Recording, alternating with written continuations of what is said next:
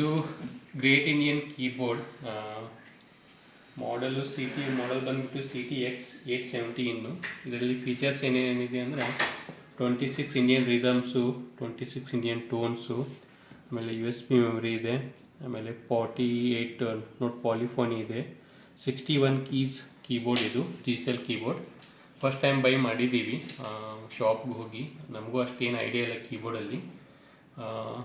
ಇವಾಗ ಓಪನ್ ಮಾಡೋಣ.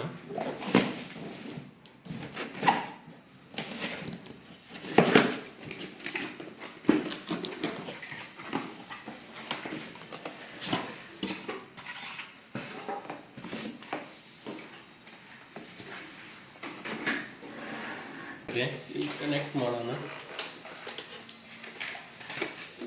ಕನೆಕ್ಟ್ ಮಾಡಿ ಪವರ್ ಆನ್ ಸ್ಟಾರ್ಟ್ ಆಯಿತು. ಆಮೇಲೆ ಕೀಸ್ ಇವು ಟಚ್ ರೆಸ್ಪಾನ್ಸಿವ್ ಕೀಸ್ ಇದ್ದಾವೆ. ಆಮೇಲೆ ಇಲ್ಲಿ ಯಾವುದು ರಿದಮು ಯಾವುದು ಟೋನು ಸೆಲೆಕ್ಟ್ ಮಾಡಲಿಕ್ಕೆ ನಂಬರ್ ಕೋಡ್ಸ್ ಇದ್ದಾವೆ.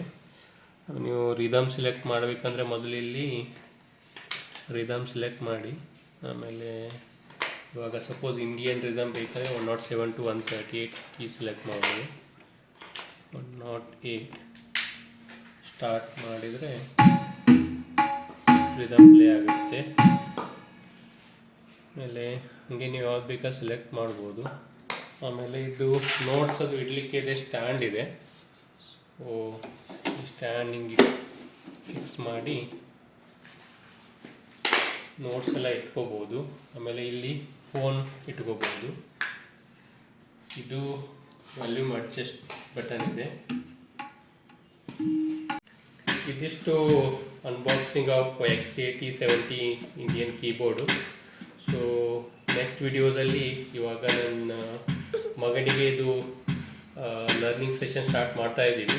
ಸೊ ಮುಂದಿನ ವಿಡಿಯೋಸ್ದಲ್ಲಿ 1 by 1 ಅವನು ಹೇಗೆ ಕಲಿತಾನಲ್ಲ ಒಂದೊಂದು ವಿಡಿಯೋ ಮಾಡಿ ಹಾಕ್ತೀವಿ. Thank you.